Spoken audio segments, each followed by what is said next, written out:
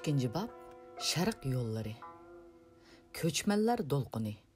Mu quruqluğida ahali köpüyüb ketgəndə, onun tədbirçan, məğrur dengizçiləri tərəfindən yeni və özləşdirishə muvafiq yerlərə yürüş qilish və o yerlərini igiləş dolqun götürüldü. Mu quruqluğundan chiqqan köçmənlər mayalar deb ataldı. Yeni yerlərini izləb mu quruqluqdan ketganlarni ani shundaq ataydı. Ahvolga qaraganda yeni ziminlarni o'zlashtirish dolquni mu quruqluqi halok bo'lishdan kam deganda 70 ming yil ilgari boshlangan.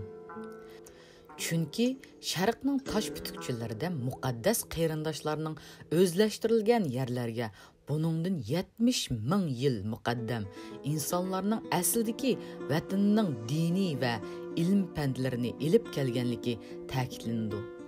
Ani shu yiziqlarning ma'lumotiga qaraganda, mundaq o'zlashtirilgan yerlarning birida aholi soni 35 million odamdan iborat bo'lgan.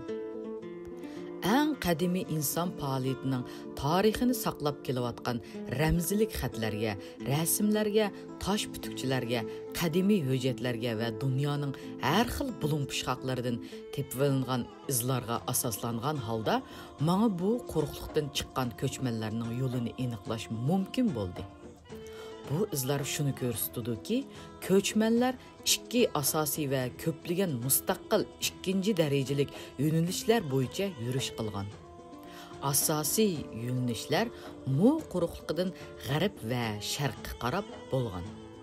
Men yerlarning qoyislari boldur o'zlashtirilganligi to'g'riliq guvohlik qiladigan isbotlarni topolmadim. Hozirgi vaqtda ikki yo'nalishning faqat birningla sanasini, ya'ni Misrdagi Nil daryosi qirg'og'ida qurilgan Maya imperatoriyasining borliqqa kelgan vaqtini buningdan 16 ming yil ilgari deb asoslantirish mumkin. Manbalar ikki asosiy yo'nalishda qurilgan davlatlarning o'xshash bo'lmagan mazgillarda paydo bo'lganligini ko'rsatmoqda. Shuning bilan birga biz dastlabki davlatlarning qayerda bo'lganligini aniq bilamiz. Sharqiy yo'nalishda dastlab kuchayib kelganlar Shimoliy va Markaziy Amerika qit'asining g'arbiy qirg'og'iga, g'arbiy yo'nalishda Osiyoning sharqiy qirg'og'iga o'rinlashgan. Bu davlatlar uchun o'zlarining ramzi qilib nursiz chiqayotgan quyosh belgilangan. Ular mu quruqligining nazorati ostida o'zini o'zi boshqarish mumkin bo'lgan darajada taraqqiy qilganda imperiyaga aylandi va uningga hukmron bo'ldi. Shu chaqda uning ramziy nurlari bilan chiqayotgan quyosh bo'ldi. Hamda mu imperiyasi tarafidan bu yangi qurilgan imperiyalarning hukmroniga quyosh o'g'li unvoni beriladi. Bu uning quyosh imperiyasi bo'lgan mu quruqligining fuqarosi yoki o'g'li ekanligini bildiradi. Sharq yo'llari. Ahvolga qaraganda bu yo'llar orasida ikkisi alohida ko'zga chaliqadi. Ularning biri o'zidan keyin aniq iz ko'plagan guvohliklarni qoldirgan. Bu yerda so'z mu quruqligidan Yuqotaga va Markaziy Amerika qit'asiga, u yerdan atlanganiga, andin O'rta dengiz, Kichik Osiyo, Dardanel orqali Qora dengizining sharqiy qirg'og'iga boradigan yo'l to'g'riliq bo'layotdi. Bu yo'lning tarmoqlarining biri Janubiy Amerika qit'asining g'arbiy qirg'og'i orqali o'tib Chilgacha boradi. Uning yana bir tarmoqi Markaziy va Janubiy Amerika qit'asining sharqiy qirg'oqlarini bo'ylab Argentinaga boradi. Atlantadan boshlangan tarmoqlar Yevropaning g'arbiy shimoliga va Afrikaning g'arbiy shimoliga boradi. Bu O'rta dengiz imperiyasining eng oxirgisi tövandagi Misrga Nil daryosi dengizga qo'yiladigan yerga o'rinlashgan edi. Bu yo'lni men sharqiy yo'nalishning asosiy shimoliy yo'li deb atayman. Sharqiy yo'nalishning yana bir asosiy yo'li rivoyatlarni va qadimki xaritini hisoblaganda o'zidan keyin hech qanday moddiy guvohliklarni qoldirmagan. U Mu quruqligining g'arbiy janubidan boshlanadi va Janubiy Amerika qit'asining g'arbiy qirg'iga boradi. U yerdan kanallar orqali Amazon dengiziga chiqadi va Atlantaning janubiy qirg'oqlarida uzuq tuligini to'liqlash bilan Afrikaning janubiga boradi. Bu yo'llarning ko'chmanlari qara tanliklar va killardan bo'lgan edi. Ularning yiroq tuqqanlari Milanziyada yashaydi.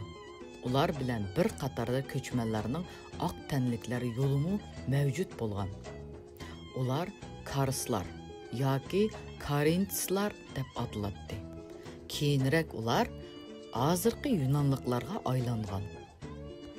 Sharqiy yo'nalishga Amerika qit'asining doirasidan chiqmaydigan Mu quruqligidan chiqadigan yana 3 nihoyat muhim yo'l kiradi.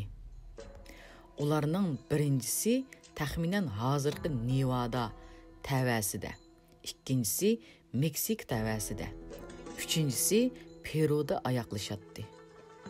Yuqorida ta'kidlangan kanallar qattiq vayron bo'lgan.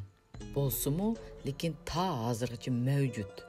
Ular Andida Titicaca ko'lining yonida turadi. Shimoliy Amerika qit'asining tarixdan ilgirki madaniyati. Tövəndə mən öz qo'lim bilan sızğan Shimoliy va Markaziy Amerika qit'asining shartlik xaritasi berildi. Uningda tarixdan ilgirki madaniyatlarning izlari bayqalgan o'rinlar ko'rsatilgan. Xaritadagi bir dugilak faqat birla madaniyatning 2 dugilak 2-3 madaniyatning tepilgan o'rinni bildirdi.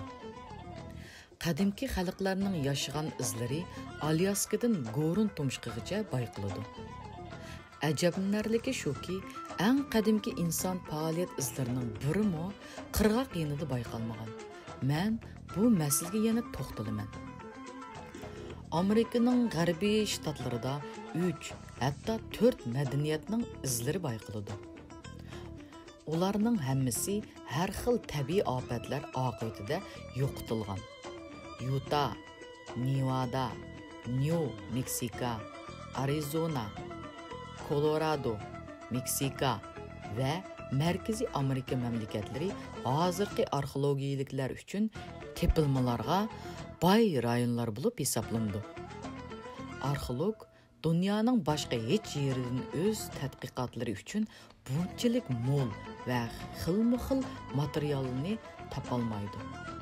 Bulardan tashqari bu arxeologlar uchun jannat makonda Kaynozoy davriga, shundaqla Miotez davriga taalluq bo'lgan qadimki odam izlari bayqalgan. Qadimki zamonning bu qoldiqlari bilimlik, ruhlangan, fikr qiladigan yoshlarni kutmoqda. Ular bu izlarning bayonlarini tingshaydi va anglaganlarini haqqoniy bayon qiladi. Mundaq yoshlar o'yman, cho'nqur shamollarda fupurgan toshlarni diqqat bilan kuzatadi va uningda yozilganlarni to'g'ri o'qib chiqish kerak. Bu toshlarning sirlarini aldamchilik bilan bilib olishga bo'lmaydi. Chunki ular nihoyat qadimiy va muqaddasdir. Yoshlar bu ishlarga ularning hikoyasini qabul qilishga qodir. Noto'g'ri fikrga ishonmaydigan holda kelishi lozim. Yoshlar ularning tili bilan ilibasini o'rganib olish kerak. Bu madaniyatlar to'g'riliq bayon qilinadigan guvohliklar o'qya o'qining chaqmoq toshliq uchi yoki nayzidan tortib sopolchilik va zagarchilik san'atining ajoyib nafs ishlangan buyumlari. Tasviriy san'at shundaqla xish bilan qad ko'targan binolardan iborat cho'ng shaharlargacha bo'lgan qiyofatda bo'lishi mumkin. Ketsallar mamlakati. Ketsanlar Shimoliy yoki Markaziy Amerika qit'asi tavasida yashagan dastlabki xalq bo'lib, ular o'zlaridan keyin rivoyatlardan boshqa hech narsa qoldirmagan. Qadimki inson faoliyatidan tepilgan ba'zi izlar ehtimol ketsanlarga taalluq bo'lishi mumkin.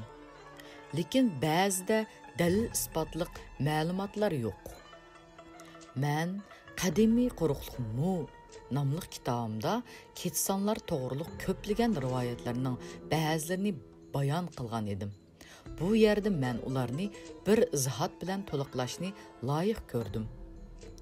1890-yili men Markaziy Amerikaga safar qilgan vaqtimda indianlar menga Gonduras bilan Guatemalaning odam oyoqi bosmagan o'rmonliqlarda toki hozirgacha oq tanlik, oq seriq chochliq indianlar yashaydigan joylarning mavjud ekanligini so'zlab bergan edi. Buni aytib berguvchilarning biri o'zining bir necha hafta davomida ular yashaydigan yerda turganligini ta'kidlagan. Bu yerda men ilgari oxir bo'lib ketsanlar to'g'riliq anglaganlarimga nisbatan xeyli dalil isbotliq ma'lumotlarga ega bo'lgan. U yerning turg'unlarining ta'kidlashicha, ularning hukmroni Ketsal bosqinchilar tarafidan o'ldirilgandan keyin o'rmonga ketganlarning ijodiy bo'lib hisoblanadi ekan. Ular maya tilida so'zlashadi ekan. Pigmeylar Yucatan to'g'riliq yozganlarning faqat ozgina qismila pigmeylarga diqqat bo'lgan.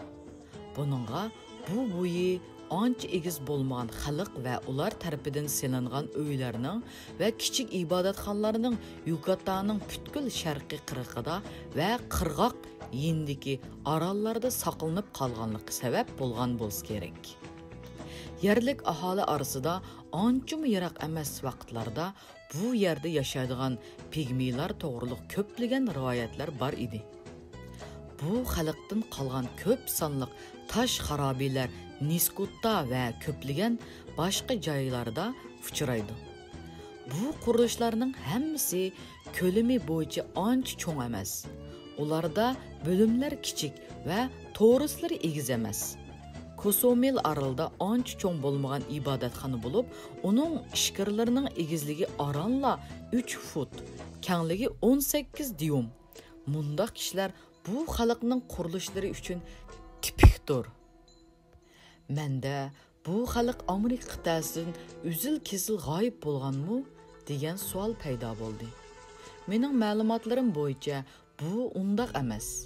Men Britaniyaga qarashliq Gondurasda bo'lganimda menga aytib berishcha, ovchilar bilan sayohatchilar ularning vakillarini pat-patla ichkiri tog'liq saylarda uchratgan.